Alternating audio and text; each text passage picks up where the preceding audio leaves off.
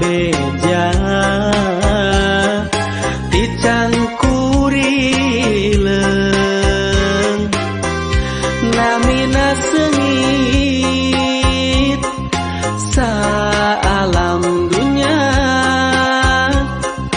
asmana nyebar eyar sajagat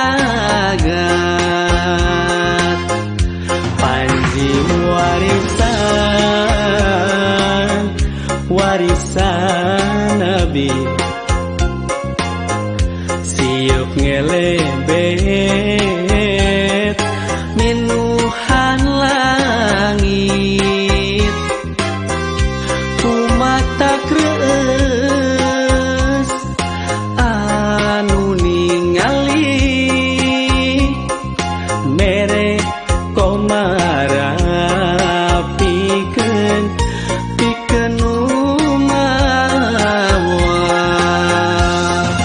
arroya hideung anegleng teuneng ludeung taya kasieun aliwa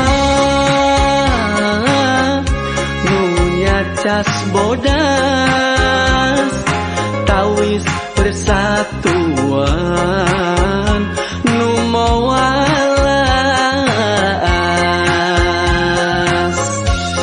hayu umat urang papak panji umat Islam sajagat arroya aliwa arroya panji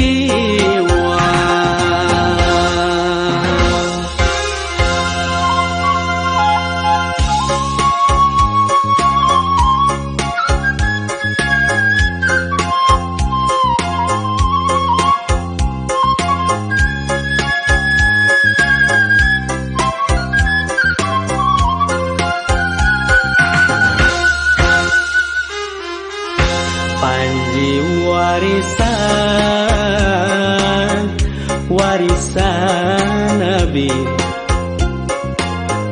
siup ngelebet minuhan langit kumata kreus anu ningali mere komara pikeun umawa arroya hideung anegleng teuneng ludeung taya kasieun aliwa cas bodas tawis persatuan nu mawalas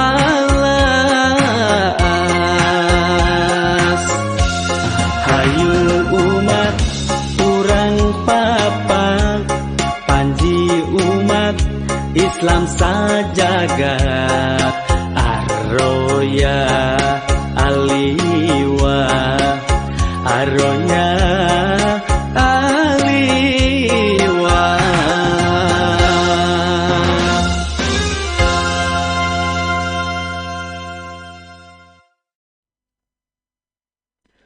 Bismillahirrahmanirrahim. Assalamualaikum warahmatullahi wabarakatuh.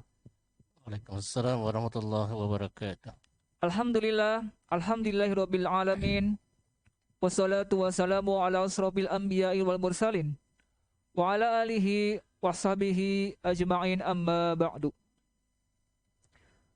Pemirsa PLK TV yang dirahmati Allah Subhanahu wa taala, segala puji milik Allah Subhanahu wa taala, salawat serta salam tetap dilimpahkan kepada baginda Nabi besar Muhammad sallallahu alaihi wasallam, pada keluarganya, para sahabatnya, sampai kepada kita sebagai umatnya yang mudah-mudahan senantiasa istiqomah untuk terus menjalankan syariah Islam, melaksanakan segala perintahnya, dan menjauhi segala larangannya.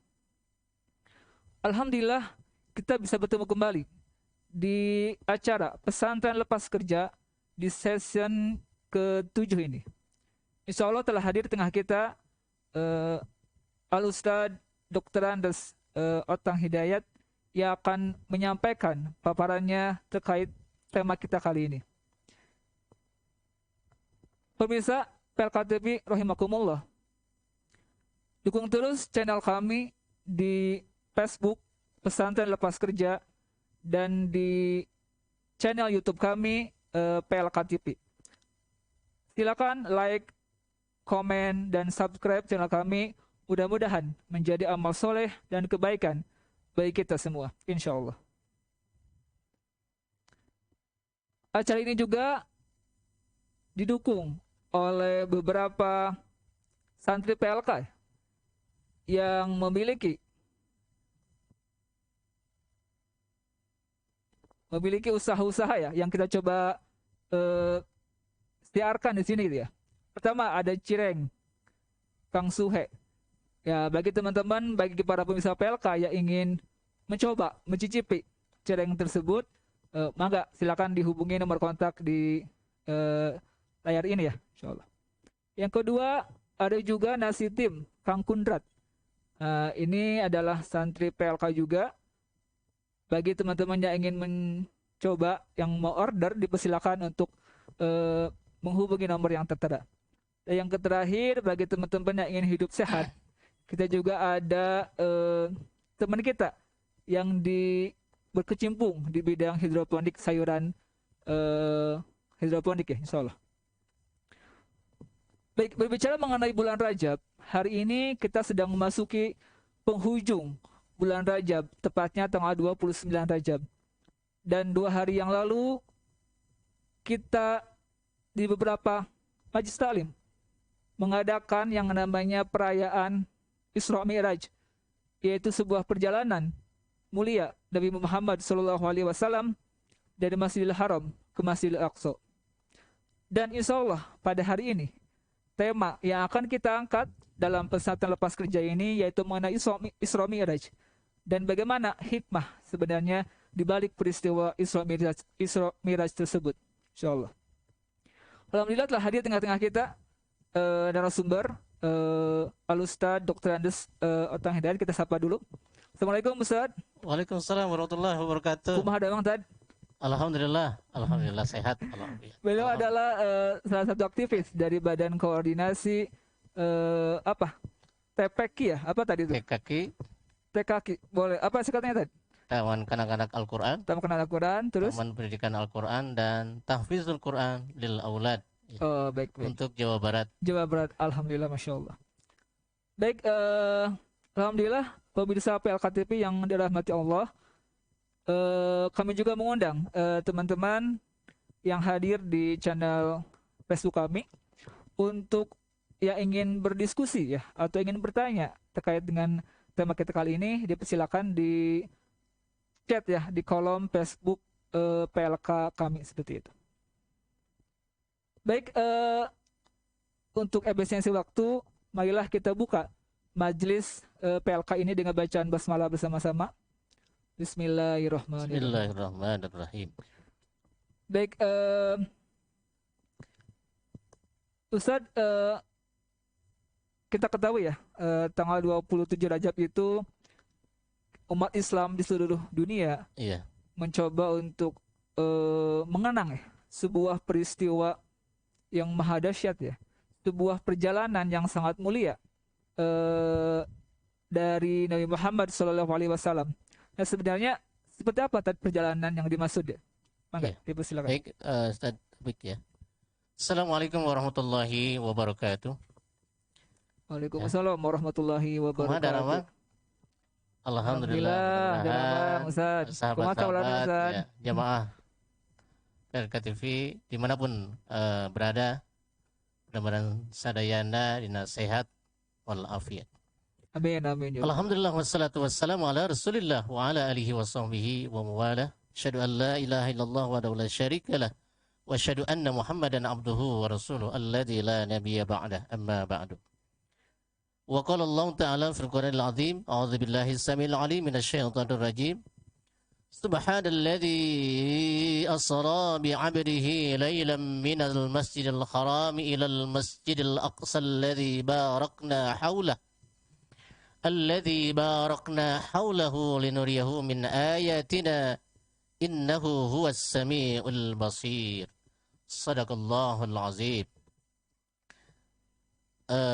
Sebelum saya menyampaikan apa yang disampaikan oleh Ustaz Taufik berkenan berhubungan dengan tema kita adalah Isra wal Mi'raj. Sebelum saya lanjutkan, mungkin ada sebahagian mungkin jamaah yang belum ta'aruf, belum kenal dengan saya. Insyaallah hari ini melalui mimbar hari ini, melalui channel PLKTP ini, perkenalkan mungkin nama saya adalah Otang Hidayatullah. Yang insyaallah hari ini sehari-harinya ya mungkin ada yang di sekitaran Antapani, itu saya ngajar di sekolah SD Asyifa 2, mudah-mudahan. Kemudian juga sehari-hari juga saya di komunitas Badan Koordinasi TKK, TPK dan TKA. Ya mungkin bagi yang belum mengenal apa itu Badko ya.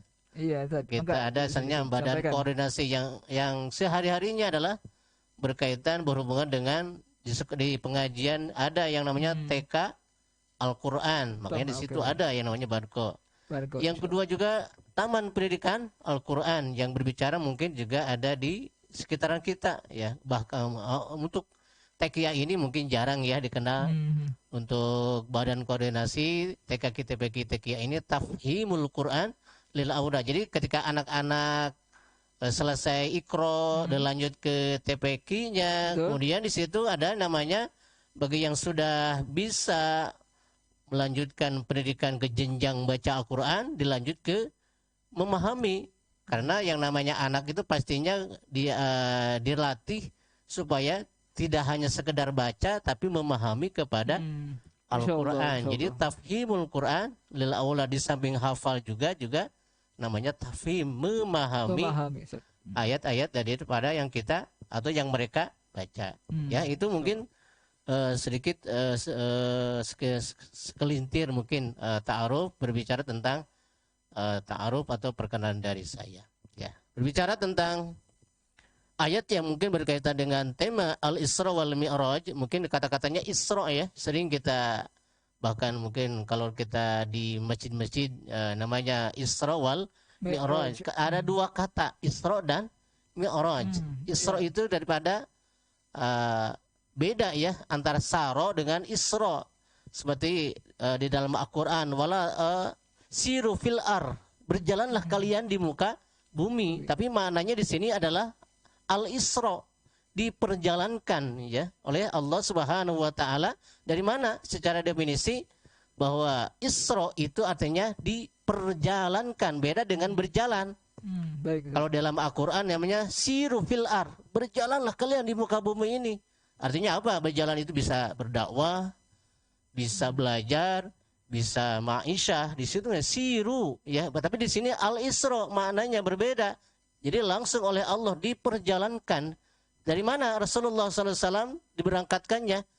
Itu dari Masjidil Haram ilal Masjidil Aqsa di Palestina. Ya. Jadi ketika berbicara tentang maknanya Isra itu adalah perjalanan, diperjalankan. Jadi ruhnya dan jasadnya di situ.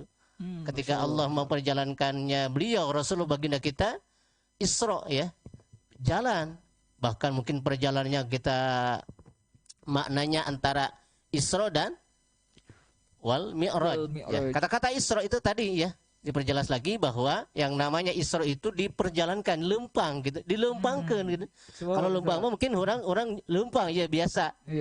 Tapi ini mah dilempangkan memang ke Allah Subhanahu wa taala, sehingga namanya Isra wal Mi'raj.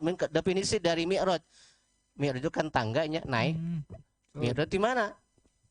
Ya, mungkin dari Masjidil Aqsa ila Sidratil Muntaha. Betul. Jadi kata-kata mi'raj itu tangga gitu, tangga di mana Rasulullah SAW kalau kita perjalanan dari tadi Isra adalah dari Makkah ke Madinah, kemudian Rasulullah SAW mi'raj naik menuju Allah Subhanahu wa Ta'ala. Itu mungkin dari sisi lain, bahkan ada beberapa pendapat tentang bahkan mengenai apakah Rasulullah itu diperjalankannya itu bersama ruh atau hanya sekedar mimpi. Ya, ini Mimpi, jadi betul. beberapa paham, tapi yang jelas bahwa Rasulullah SAW ketika Isra-nya dan Mi'rajnya itu berserta ruh dan jasad. Jasadnya. Itu menjadi Masya pemahaman tentang kaum muslimin di mana antara Isra dan Mi'raj. Itu Mi'raj. sementara mungkin. Oh, baik, insyaallah. Oke.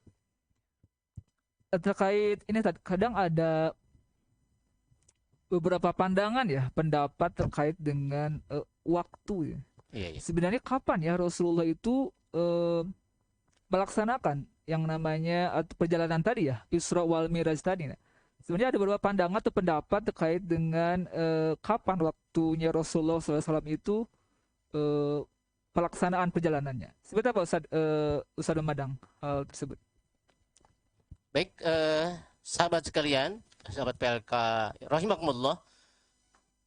Perjalanan Rasulullah SAW ketika melaksanakan yang dinamakan dengan Isra dan Mi'raj ini, salah satunya bahwa Rasulullah Shallallahu Alaihi Wasallam ini adalah pada tahun di mana Rasulullah SAW menyebutkan bahwa Isra ini terjadi 5 tahun setelah diutus oleh Allah Subhanahu Wa Taala. Gitu. Jadi pertama setelah 5 tahun diangkat berarti usia Betul.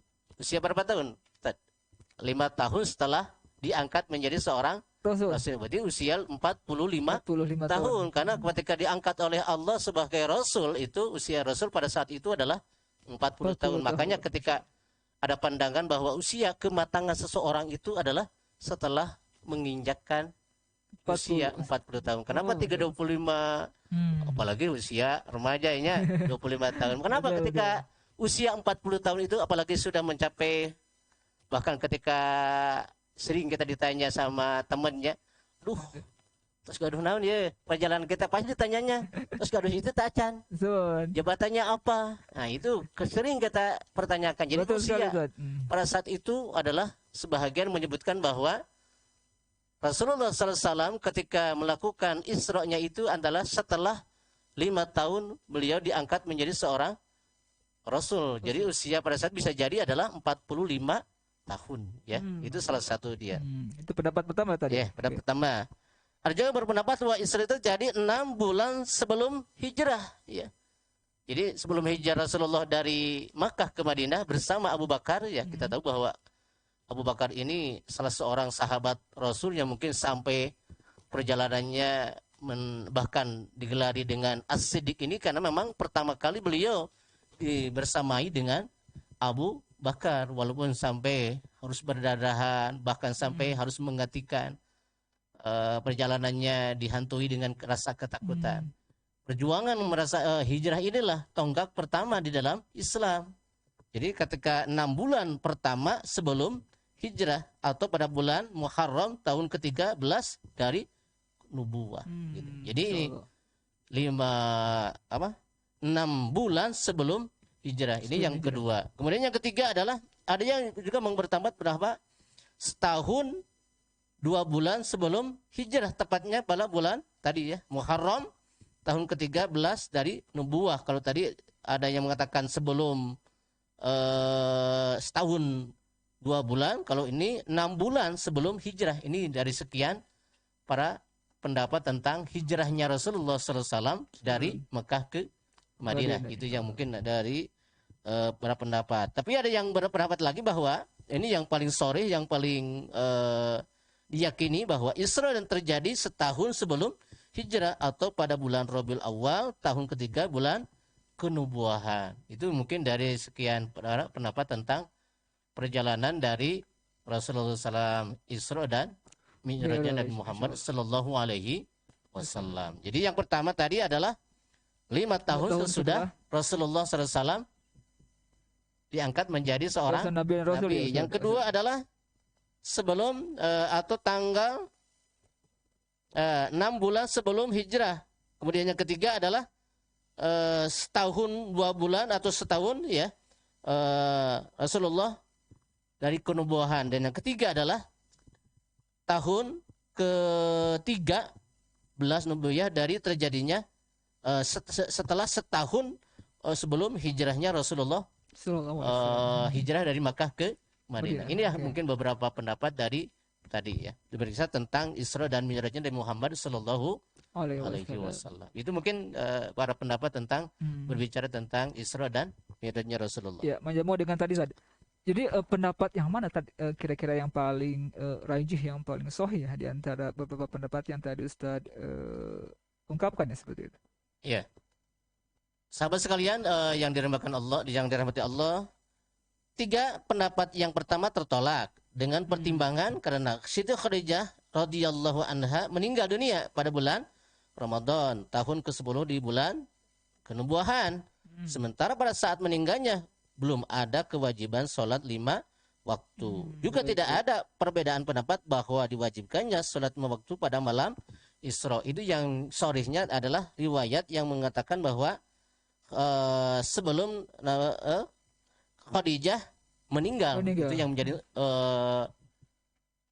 pernyataan Pendapat yang lebih sorihnya atau lebih jelasnya tentang Isra dan Mi'rajnya Nabi Muhammad SAW. Sedangkan 3 pendapat lainnya tidak ada satupun yang menguatkan, hanya saja kandungan al-Isra menunjukkan bahwa Isra itu terjadi pada masa-masa akhir daripada perjalanan Rasulullah Sallallahu Alaihi Wasallam. Itu mungkin dari sekian yang bahwa 3 pendapat tadi semuanya tertolak dengan pertimbangan karena Khadijah radhiyallahu anhu meninggal dunia pada bulan Ramadan. Itu mungkin Ustaz Obik. Baik. Jazakallahu khair Ustaz. Baik pemirsa PLK TV yang Allah muliakan yang baru bergabung di channel kami di Facebook Pesan Terlepas Kerja. Selamat menyimak acara kami. Kami ingatkan kembali bahwasanya tema kita hari ini adalah tentang Isra Mi'raj, yaitu mengungkap hikmahnya di tengah wabah saat ini ya. Nah, kita ketahui bahwasanya tadi yang dipaparkan Al-Ustad Otang menyampaikan bahwasanya tadi Isra Mi'raj itu ada beberapa pandangan ya terkait dengan betul. masalah waktunya kapan, dan ada pendapat yang paling rajih yaitu ketika sebelum ya atau setelah sebelum meninggalnya istrinya Rasulullah SAW itu Siti Khadijah seperti itu. Nah Ustaz, jadi sebenarnya apa tujuan Allah memperjalankan ya Nabi Muhammad SAW itu dari Masjidil Haram ke Masjidil Aqsa? Sebenarnya apa tujuan Allah SWT memberikan mengutus ya betul. Nabi? Baik, sahabat TV yang dirahmati Allah, berbicara tentang Isra dan Mi'raj di dalam surah Al-Isra ayat 1 ya. A'udzubillahi minasyaitonirrajim. Subhanalladzi asra bi'abdihi lailam minal masjidil harami ilal masjidil aqsa ya. Di situ kalimatnya adalah subhana ya. Sehingga kata-kata subhana maha suci Allah yang telah begitu dahsyatnya bagaimana mengagungkannya seorang hamba Allah yang mungkin dimuliakan Allah, bahkan di langit ada para nabi, para rasul, tapi di bumi ada seorang yang hamba Allah yang taat, tapi dengan kemuliaannya Allah ingin menghadirkan ya seorang manusia hamba Allah yang mungkin kalau di atas langit-langit lain ada para nabi, para di bumi ada seorang nabi yang dimuliakan oleh Allah Subhanahu wa Ta'ala. Bahkan awalnya pun dimulai dengan Subhanalladzi asra bi 'abdihi laila. Maha suci Allah yang telah tadi asra memperjalankan ya. Bi 'abdihi seorang hambanya, ibad itu dari kata-kata abada ya'budu ibad, bi ibadihi hambanya dari Allah. Lailan pada malam hari ya. Kita tahu bahwa perjalanan Rasulullah SAW ini terjadi pada malam hari, minal Masjidil Haram, dari Masjidil Haram ilal Masjidil Aqsa di Palestina. Walaupun hari ini kita tahu bahwa Masjid Al-Aqsa ini salah satu tempat yang mungkin harusnya dikuasai oleh kita sebagai muslim dimanapun berada. Jadi kalaulah ingin membebaskan ya Al-Aqsa, barang tentu harus oleh kita ya. Yang sampai hari ini dulu mungkin pernah terjadi oleh sahabat Al-Ayyubi, oleh Umar bin Khattab ya, perjuangannya. Tapi kenapa harus kembali kepangkuan mereka yang selama hari ini dikuasai oleh Israel, laknatullah ini. Nah, bagi kita PR-nya bagaimana Insyaallah. Masjidil Aqsa ini menjadi bagian, karena itu bagian kiblat pertama ketika seorang kaum muslimin pertama kali harus berkiblat ke Masjidil Aqsa. Sementara hari ini kita tahu bahwa yang harusnya ini adalah kiblat yang pertama harusnya dikuasai lagi oleh kaum muslimin. Tapi nyatanya bagaimana?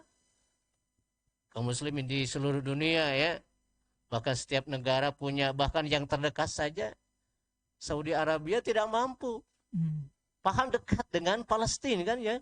Kalaulah kita kaum muslimin ketika melaksanakan haji dekat dengan Palestina, pasti dekat. Kalau kita cuma lumayan jauh lah gitu, kalau kita dari Indonesia ke Palestina. Kekuasaan inilah yang harusnya kaum muslimin punya hajat, punya keinginan ingin membebaskan.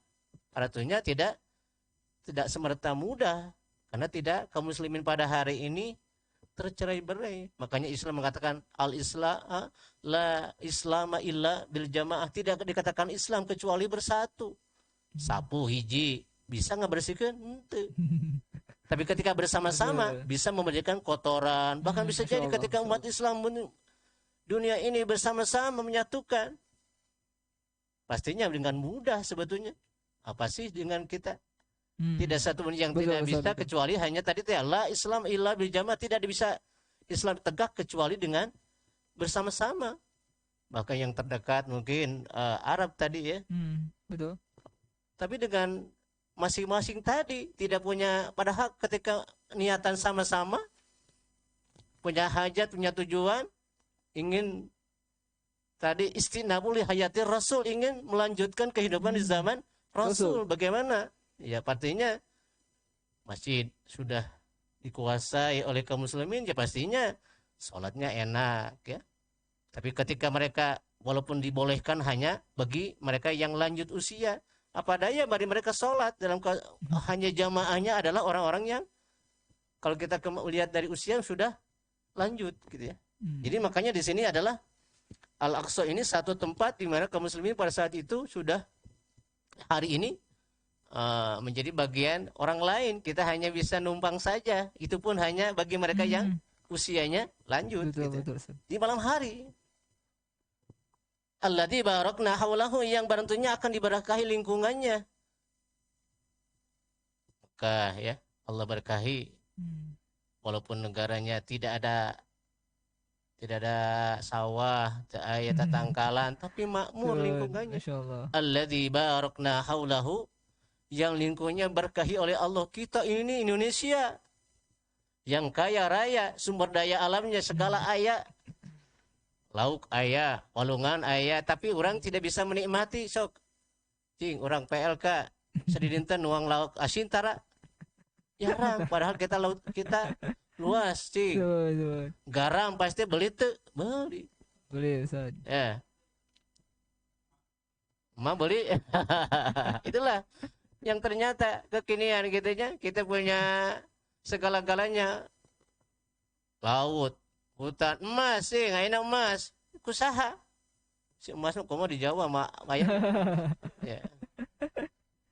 Berapa kilo ya emas ya.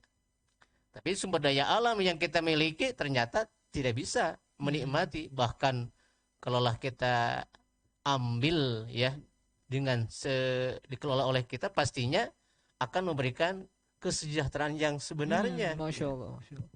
Itulah keadaan seperti ini. Ya, alladzi barakna, akan memberikan keberkahan. Bahkan Al-Qur'an menyatakan, laula ahlul qura amanu wa taqaw la fatahna alaihim barakatim minas sama. Ketika Rasulullah ini hijrah memberkahi lingkungannya, ketika Islam mungkin dilanjutkan dengan kafahnya, dengan totalitasnya, pastinya hidup kita akan diberkahi oleh iman dan takwa. Ya. Bahkan takwa cirinya ada seperti 5. Yang pertama, cirinya Imam Ali menyebutkan cirinya yang pertama adalah at-taqwa, yang pertama al-khauf minal jalil ya. Kita harus takut kepada ancaman dari Allah ya. Karena al-khauf min ajal ayat tuh anu takut kepada Allah. Apalagi kemarin sesuatu yang sudah diharamkan dilegalkan. Nauzubillah. Bahkan sekarang baru-baru ini menyatakan bahwa ini bagi seorang pendidik ya sekolah agama ingin diganti dengan akhlak dan budaya. Nah, nauzubillah kan ya. Ini kalau kita dari barakah kepada ketakwaan. Yang pertama Allah khabnajali wa kedua wa amalu bitanzil. Kita aktivitas kita sesuai dengan Al-Qur'an. Wa amalu bitanzil ini yang nyata hari ini. Aktivitas kita, bekerja kita, kehidupan kita Al-Qur'an menjadi standarisasi kehidupan. Miksasnya adalah Al-Qur'an, amal kita adalah Al-Qur'an. Seorang karyawan, guru dan sebagainya, mungkin dari para pekerja, anak-anak, kehidupan kita hari ini dengan kehidupan standarnya Al-Quran pastinya. Tidak ada anak kita yang keluar rumah, mungkin bagi para wanita ya, keluar rumah harus terbuka auratnya, karena memang tidak digunakan. Wa amalu tanzil tidak ada. Wa amalu amalnya, wa amalu bitanzil amal sesuai dengan yang ditentukan Allah yaitu Al-Quran. Maka pantas diberkahi oleh Allah. Arab Saudi tidak punya sawah, terbuka kebun, tapi makmur, buah-buahan selalu ada. Tapi kita ini yang luas terbentang dari Sabang sampai Merauke, ya jadi bokeh. Bokeh akhirnya. Apalagi dengan pandemi hari ini, wah luar biasa. Sampai saya lihat di jalan-jalan banyak yang dengan ingin mudah mendapatkan, jadi dengan cara mengemis, bahkan mungkin sekarang lagi ramai dengan pakai alat yang bisa boneka ya. Nah ini marak sekarang pakai yang itu di mana-mana, mungkin untuk mendapatkan kehidupan ya. Akhirnya harusnya ini adalah tanggung jawab siapa? Tanggung jawab siapa, Bang Adam? Tanggung jawab penguasa negara, negara. Ya itu berkahi oleh Allah sekitarnya.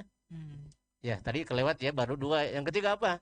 Wasyukru bil jazil, kita harus banyak berterima kasih kepada Allah segala nikmat. Mungkin karena kufur nikmat, jadi harusnya ini kok besar gitu, lega, luas, tapi ternyata tidak bersyukur. Harusnya dikuasai dan dimiliki oleh kita, ya sejahtera akan kembali ke kita.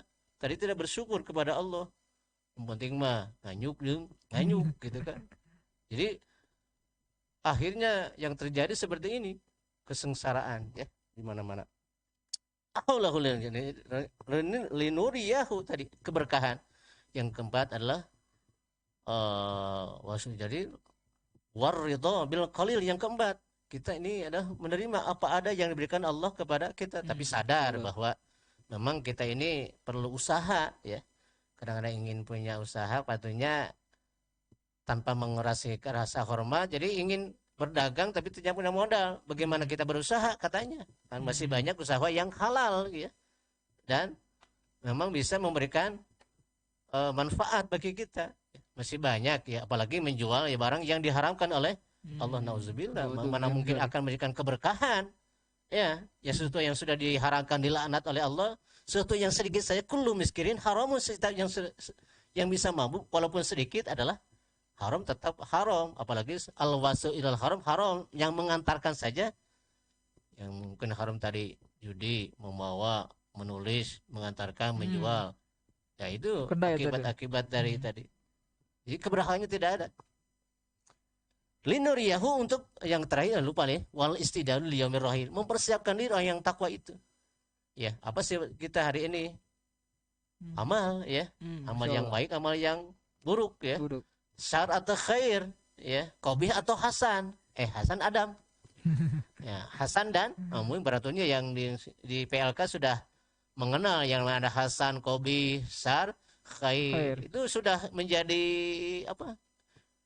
Buah bibir, sudah menjadi lidah kita gitu bagi yang sudah belajar ya tentang bagaimana menentukan antara batal haramnya ini, ditinjau dari tadi keberkahan, karena tadi amalnya tidak sesuai dengan Al-Quran gitu.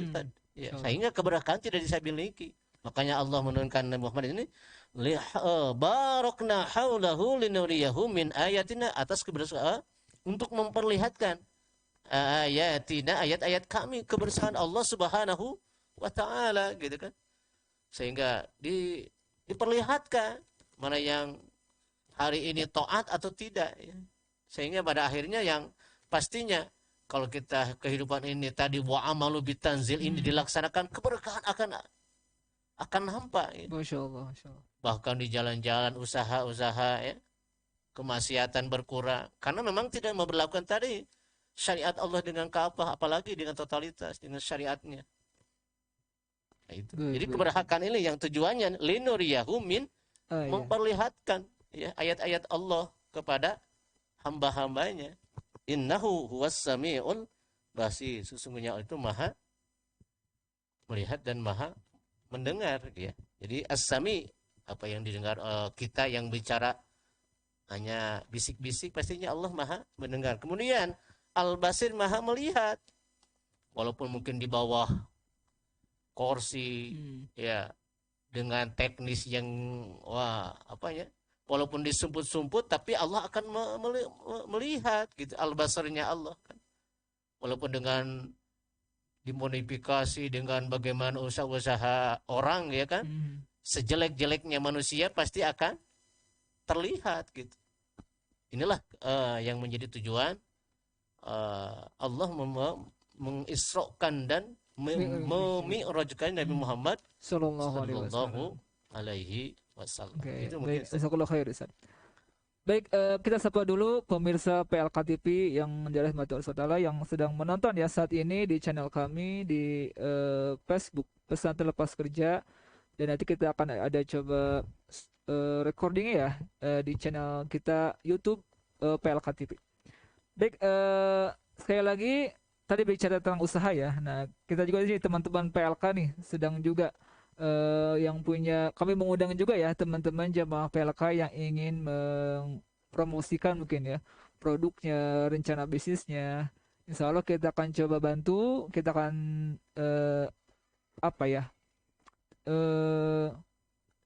dimarketingkan ya oleh teman-teman kita di PLK TV.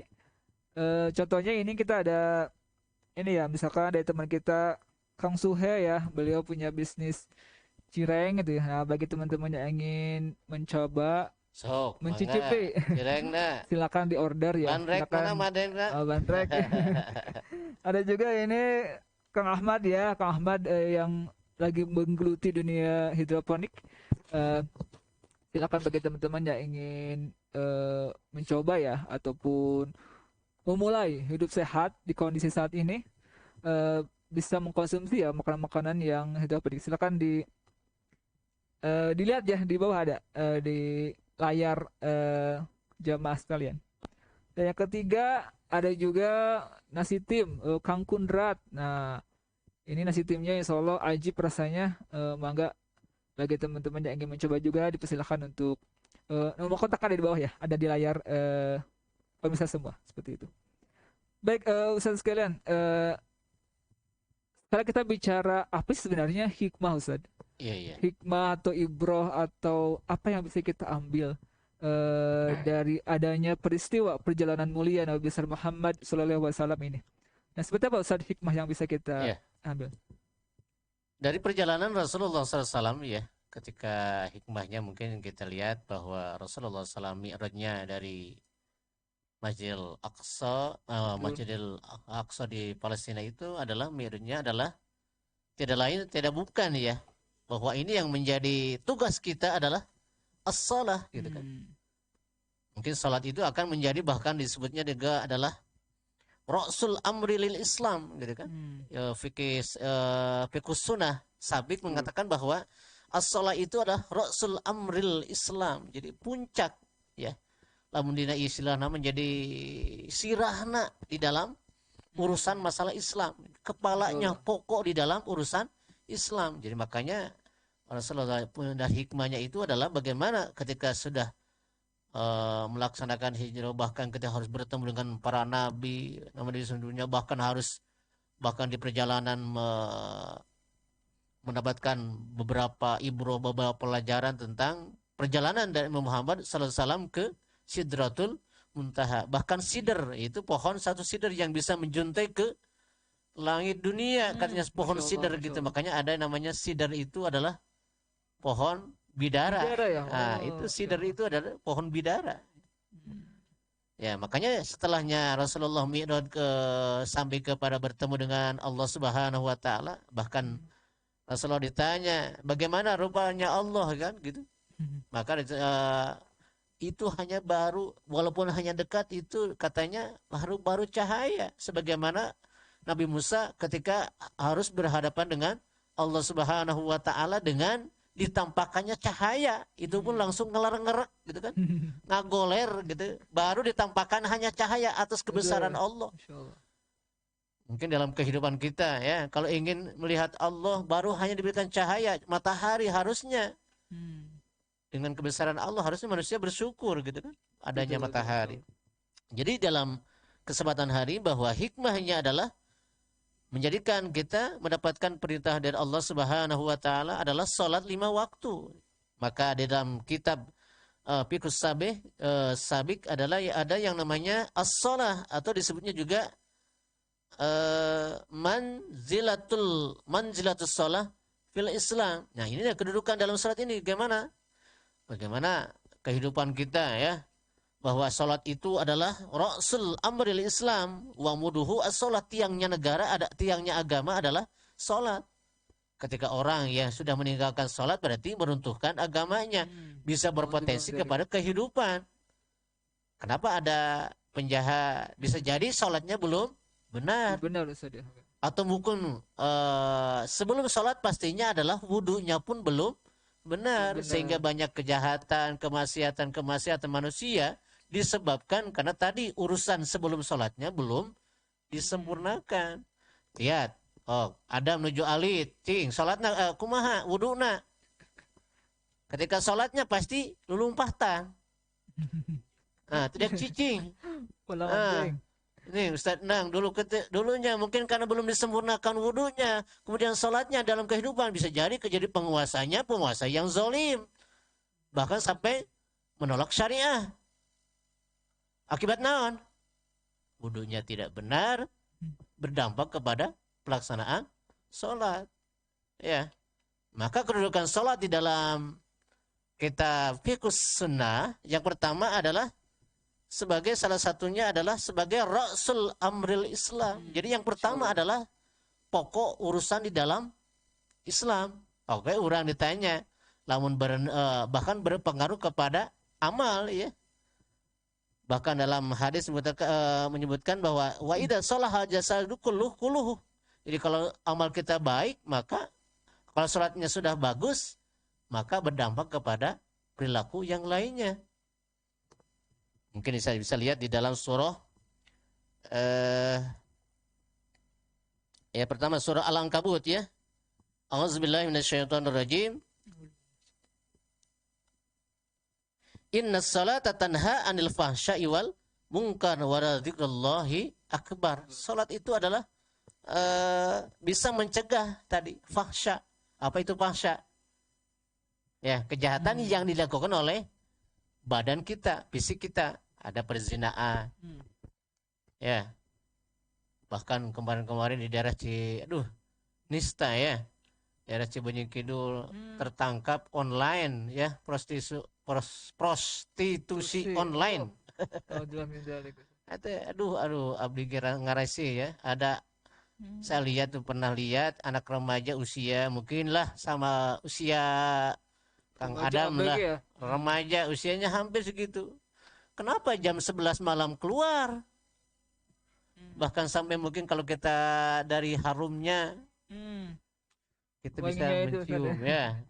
Ada apa anak-anak remaja keluarnya jam 11 malam, bukan 11 siang, tapi ini keluarnya jam 11 malam. Ini ayah naon gitu kan. Lalu kerja jam kamu ayah PPKM-nya. Iya, Bahkan yang warung saja harus tutup jam 9 ya? jam seberapa? Jam 9. Akhirnya jam 10 jam 11. Ya. Jadi sholat itu akan berdampak kepada inna sholata tanha anil fahsya'i wal munkar. Bisa jadi tadi bisa menghalangi untuk berbuat perzinaan, apa seks bebas di kalangan para remaja. Apalagi nanti di usia di akhir tahun juga pandemi, ayat tuh ya, riung-riungang balap-balapan biasanya kan gitu. Nah ini akibatnya naon? Salatnya benar atau tidak berdampak kepada kehidupan, perilaku, pasti berdampak kepada luhurnya pejabat, penguasa. Kalau wudunya sudah baik, di penguasa ini pasti kepada salatnya baik, berarti akhlaknya akan baik. Bahkan bisa bersyariah kehidupannya. Masya Allah, Masya Allah. Ya. Jadi yang pertama tadi adalah bahwa salat itu adalah sebagai Rasul amri lil Islam gitu. Bahwa salat itu adalah pokok masalah di dalam urusan Islam tadi. Tadi yang pertama berkaitan dengan kemungkaran tadi ya, surah Al-Ankabut ayat Ya, 45 ya, inna 45, sholata tanha anil fahsya'i wal munkar. Yang kedua adalah bahwa salat itu adalah tiangnya agama. Para remaja mungkin enak ya seliweran kadang-kadang ya. Bahwa dengan salat itu bagian ya tadi. Salat itu adalah tiangnya agama. Kalau salatnya dipakai dalam kehidupan, bahkan sampai gerakannya salat kan. Ya, takbiratul ihramnya benar, bacaan benar, gerakannya benar. Itu akan menyempurnakan kehidupan walaupun salat ini tiap hari kita lakukan. Betul. Tapi masih banyak ya saudara-saudara kita gerakan wudunya umpamanya pada saat at-tahiyat masih ditilapkan kieu nya. Nah, ini berpengaruh, bahkan bisa jadi kurang sehat. Tapi masih ada di kalangan kita kaum muslimin mungkin setelah SMP, SMA tidak belajar lagi memantapkan tentang sholat. Ya, kalau di saya dulu untuk di sekolah saya, jadi usia dari kelas 3, 4, 5, 6 sudah diterapkan pembinaan mulai wudu. Nah, mungkin bagi sekolah-sekolah swasta ini sudah mulai bagus. Karena memang diterapkan seperti itu sistemnya. Jadi ketika adik remaja ini sudah mantap, baik dari bacaan, dari gerakan, bahkan bisa jadi kehidupannya akan teratur. Berkorelasi ya, Ustaz. Berbeda dengan anak-anak yang mungkin maaf mungkin ya, tapi tidak semuanya yang di negeri ya mungkin karena jamnya. Tapi dengan sekolahnya yang lumayan mahal pastinya akan berdampak tapi tidak menjamin juga gitu ya. Betul. Kesolehan dari anak-anak kita itu. Yang jelas bahwa berdampak kepada tadi ya, bahwa sholat itu akan menjadikan kehidupannya lebih baik tadi. Bahwa sholat itu adalah mencegah kemungkaran. Bahkan yang sholat itu tadi, kalau sholatnya baik, maka Allah mengatakan wa idza fasadat kulluh, wa idza ramun, sholatnya rusak pasti amal yang lain akan ikut rusak. Walaupun mungkin jabatannya tinggi, tapi sholatnya tidak benar ya, apalah artinya jabatan, apalah artinya, bisa jadi bahkan saya mendengar mungkin dari bacaannya, mungkin juga bahkan bisa jadi sahabat-sahabat para santri PLK ini perlu bacaannya juga sama, harus ditingkatkan. Belajar lagi Ustaz ya. Ya, betul, dari bacaannya, dari caranya, kaifiahnya masih jauh gitu kan dari kesempurnaan. Makanya tadi titik tolaknya adalah ketika wudunya. Kalau wudunya, bahkan Adi Hidayat mengatakan, Adi Hidayat ini kalau ingin benar, lihat dulu wudunya. Kalau wudunya sudah baik, tingkat lagi pasti sholatnya akan baik. Anak-anak sama juga ketika di masjid mungkin wudunya tidak hanya sakot cepatea gitu, kilat gitu. Ini berdampak kehidupan, bahwa hikmah yang bisa dapat tadi bahwa sholat itu adalah mencegah kemungkaran. Bisa jadi tadi untuk bisa melanjutkan istinaful hayatir rasul ini pasti bisa, apalagi untuk meraih kemuliaan umat kan gitu kan. Amin. Betul. Bahkan tadi dengan Islamnya benar, bahkan istinafulnya akan diraih itu karena memang tadi bahwa sholat itu adalah Rasul amri lil Islam gitu. Urusan pokok di dalam kehidupan kita Islam. Baik, pemirsa PLK TV yang Allah muliakan, kami mengundang ya mengundang jamaah semua yang ingin bertanya atau memberikan apa ya? Ya pertanyaan mungkin ya kepada narasumber kita, Ustadz. Kita akan coba cek ya di Ya, mangga. kolom komentar. Sebentar. Baik, ini ada pertanyaan Ustadz ya, Ya. yang dari Kang Suhe. Assalamualaikum Ustadz. Waalaikumsalam warahmatullahi wabarakatuh. Izin, Kang Suhe. oke, Kang Suhe. Izin bertanya ini. Dulu kala kabar Isra wal Mi'raj diberitahukan kepada kaum Quraisy, banyak yang tidak percaya. Bentar. Banyak yang tidak percaya Ustaz. Bahkan sebagian kaum muslimin pun banyak yang meragukan kabar dari Rasulullah SAW tersebut. Dikarenakan tidak masuk di akal bagi mereka. Sebab waktu yang ditempuh dari Masjidil Haram ke Masjidil Aqsa itu hanya sepertiga malam saja. Yang ingin saya tanyakan adalah batalnya keimanan seorang muslim itu dilihat kepada kepercayaan dan diyakininya kepada apa-apa yang dibawa Rasulullah SAW. Bagaimana dengan keadaan kaum muslimin saat ini? Banyak hal yang tidak dilaksanakan oleh kaum muslimin dari segi hukum. Bahkan segi muamalah pun kaum muslimin banyak yang tidak menjadikan Islam sebagai landasan dalam penegakan dan pelaksanaan sebuah perbuatannya. Apakah telah batal keimanan tersebut, Ustaz? Ya. Ya. Hatur nuhun Kang Suhe atas Aduh, pertanyaan. terima kasih ya pertanyaannya. Enggak, tafadhol Ustaz. Jadi Nawaqidul Islam ada khusus ya bab buku yang berjudul Al-Majmu' Tauhid ya, bisa dibaca walaupun di situ mungkin karangannya Muhammad Abdul Wahab ya, atau menyebutkan Wahabi. Tapi di situ bisa diambil ya. Kita di situ ada Nawaqidul Islam ya, namanya tadi berkaitan dengan sholat ya. Kalau tadi menafikan, tidak yakin kepada kepahaman tentang bahwa Isra Mi'raj itu diyakini, itu katanya memang satu hal yang mungkin kalau tidak percaya atas kenabian dan kerasulan itu bisa jadi atas tauhidnya. Makanya Nawaqidul Islam akan yang membatalkan Islam itu pertama sudah tadi ya, sholatnya sudah ditinggalkan, tarkus sholat itu hakikatnya sudah meninggalkan. Nah, mungkin itu termasuk dosa kan ya. Jadi ketika tidak yakinnya kepada Rasulullah, pastinya bahkan ketika disampaikan kepada halayak, Abu Bakar inilah yang pertama kali membenarkan. Makanya gelarnya juga disebut dengan Abu Bakar As-Siddiq, membenarkan apa yang dilakukan, apa yang disampaikan. Bahkan ketika ditanya, "Cing, tihangna sabaraha eta di Masjidil Aqsa." Ternyata Nabi Muhammad SAW menengok ke sebelah kiri, kemudian malaikat Jibril memperlihatkan berapa titik sudutnya, berapa tiangnya. Nah, ini dijawab oleh Rasulullah Sallallahu Alaihi Wasallam. Ketika hari ini ya, mungkin kaum muslimin yang tidak yakin muslim yang muznib ya. Jadi muslim yang berdosa gitu ya. Dosanya dosa besar ya, dosa bahkan sampai dosa investasi terus menerus. Ketika tidak diterapkan Islam, kita tidak menerapkan Islam, seorang muslim, pemainnya muslimah yang tidak berjilbab, tidak menutup dengan tidak menekan himar atau kerudungnya, pastinya sehelai rambut saja.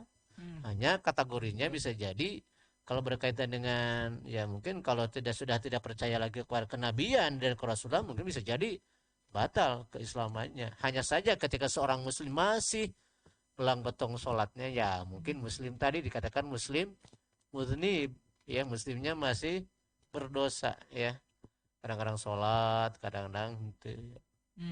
Ya, itulah muslim yang berdosa ya. Padahal mungkin bisa jadi kalau sudah yakin bahkan tidak yakin kepada Al-Quran, bisa jadi batal keislamannya.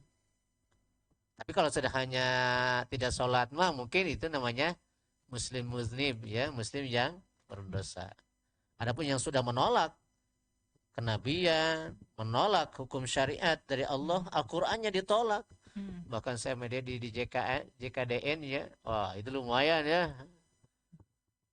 Bahkan seorang muslim tapi tuh yakin bahwa Al-Qur'an itu benar ente cenah. Nah ini bahkan ini tidak, kalau Al-Quran sudah tidak ada lagi tolak menolak.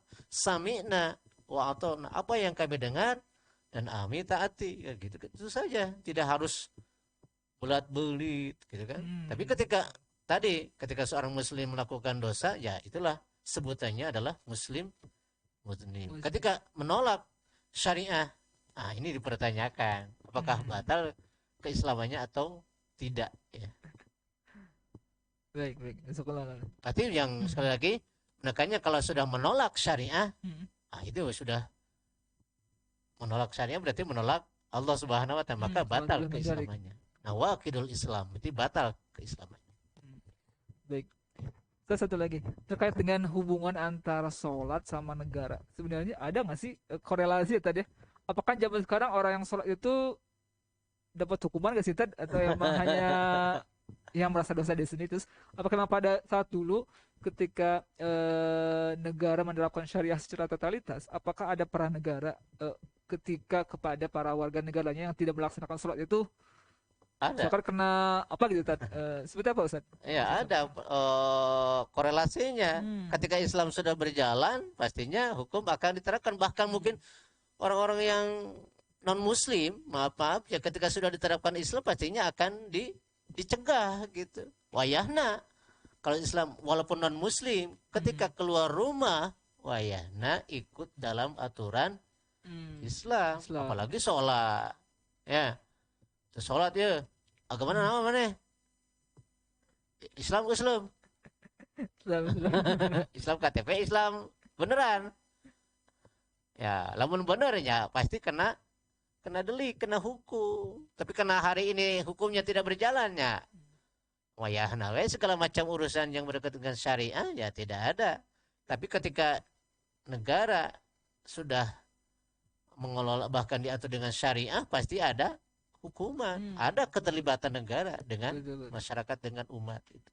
Masya Allah. Bahkan sampai harus dicambuk ya. Masya Allah, Masya Allah. Kalau kehidupan kita diatur dengan syariah seperti itu. Kalau begitu sangat peran negara menjaga akidah umat itu luar biasa. Betul. Betul. Baik, pemirsa PLK TV rahimakumullah, kami mengundang kembali bagi Anda pemirsa yang ingin bertanya terkait dengan, kita masih ada waktu sekitar 5 menit lagi ya, kepada narasumber kita Al-Ustaz Otang Hidayat. Kami sampaikan untuk Kang Suhe, insya Allah akan mendapatkan giveaway dari kami ya, seperangkat kalender JKDN. Nah, insya Allah kita akan coba kirimkan ya sebagai bentuk giveaway bagi Kang Suha yang sudah pertanyaan, betul, atas partisipasinya pada malam hari ini, yang telah memberikan pertanyaan untuk forum kita malam ini, insya Allah. Nanti silakan japri ya Kang Suha ke tim kami di Facebook PLK TV. Kita coba cek lagi, ada pertanyaan yang masuk barangkali.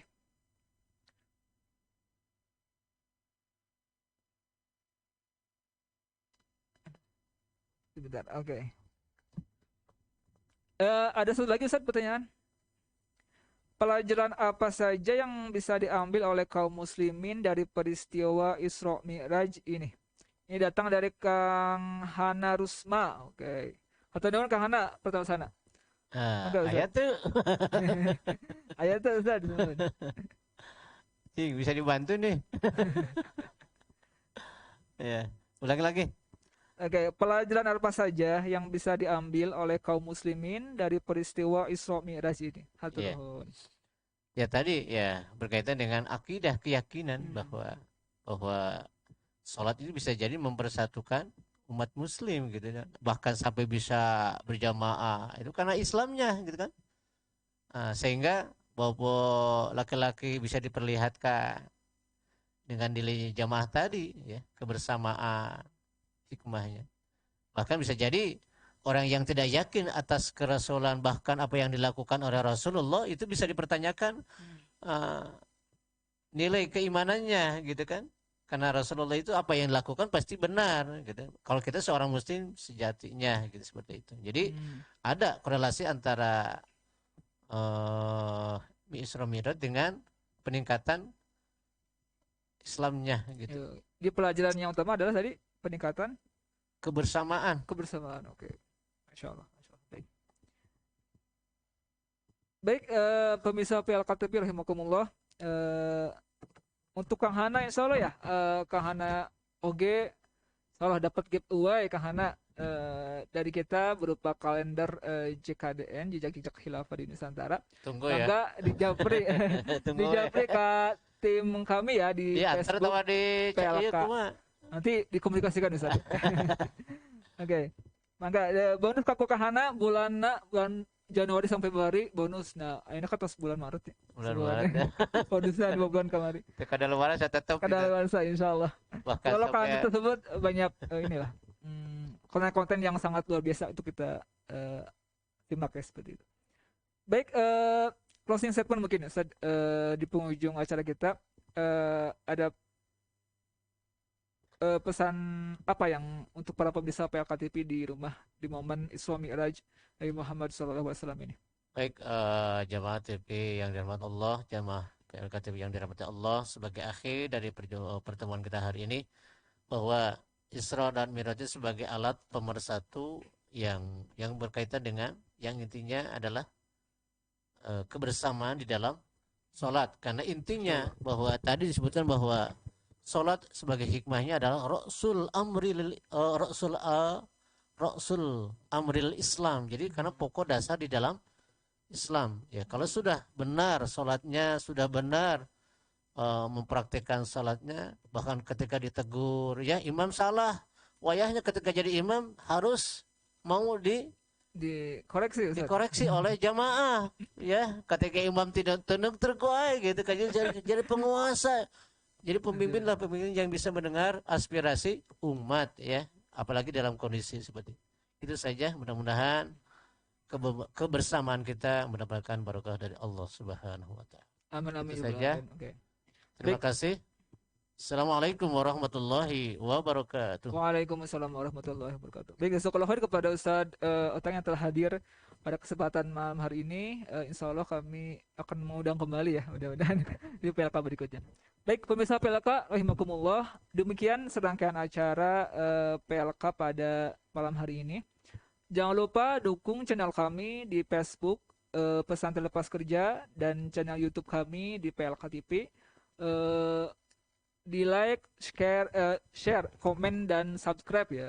Mudah-mudahan menjadi amal soleh bagi kita semua untuk sama-sama menyebarkan kebaikan ini. Baiklah, kita tutup PLK pada malam hari ini di bacaan hamdalah. Alhamdulillahirabbil alamin. Istighfar, astagfirullahaladzim, dan doa kifaratul majlis. Subhanakallahumma wa bihamdika asyhadu an la ilaha illa anta astaghfiruka wa atubu ilaik. Wabillahi taufiq wal hidayah. Wassalamualaikum warahmatullahi wabarakatuh.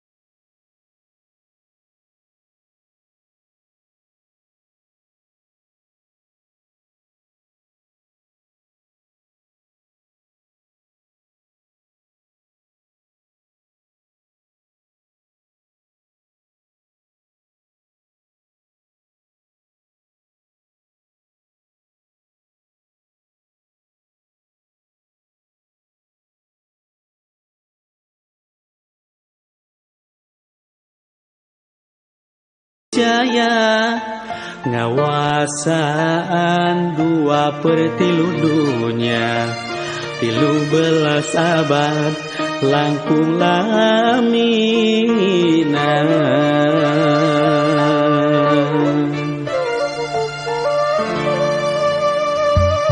Nyong colana generasi baheula nu mawarobahna peradaban manusia, wibawa umat nu mawa komara, ngagimirkeun musuh nu rek ngaruksak nagara.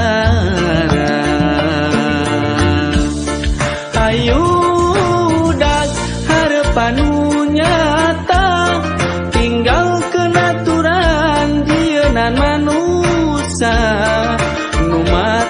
ngaruksak nu mawa cilaka jalankeun syariat Islam sagem leungna kuangun khilafah Rusiana hayudak harapan nu nyata tinggalkeun aturan jieunna manusa nu matak ngaruksak nu mawa cilaka jalankeun syariat Islam sagem leungna kuangun khilafah Rusiana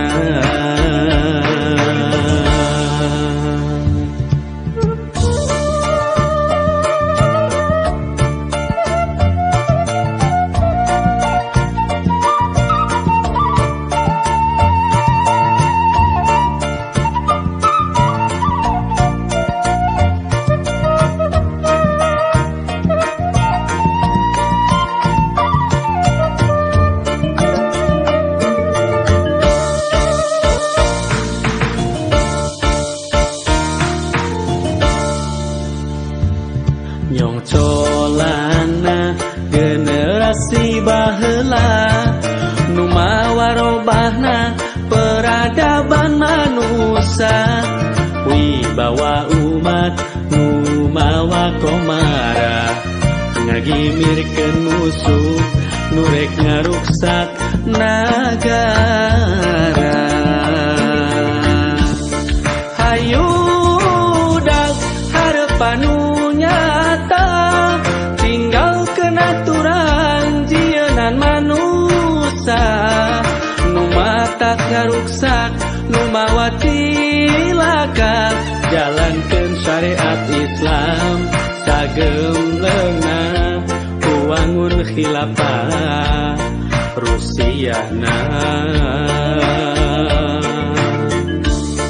hayudak harapan nu nyata tinggalkeun aturan jieunna manusa nu matak ngaruksak nu mawa cilaka jalankeun syariat Islam sagem leungna kuangun khilafah Rusiana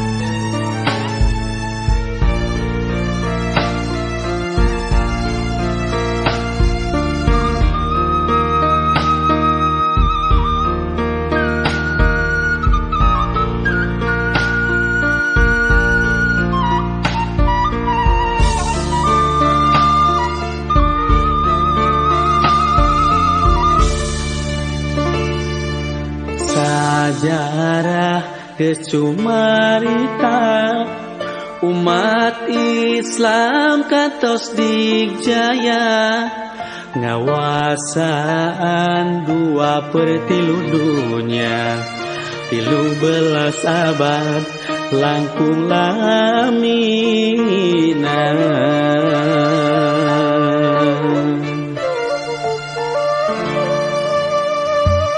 nyong colana generasi baheula nu mawa robahna peradaban manusia wibawa umat nu mawa komara ngagimirkeun musuh nu rek ngaruksak nagara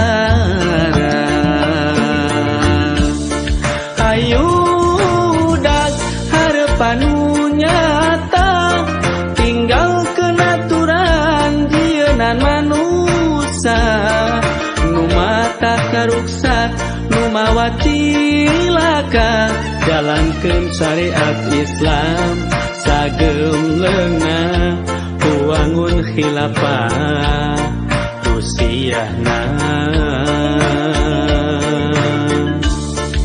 hayudak harapan nu nyata tinggalkeun aturan jieunnan manusa nu matak ngaruksak nu mawa cilaka jalankeun syariat Islam sagem leunah ku wangun khilafah Rusiana.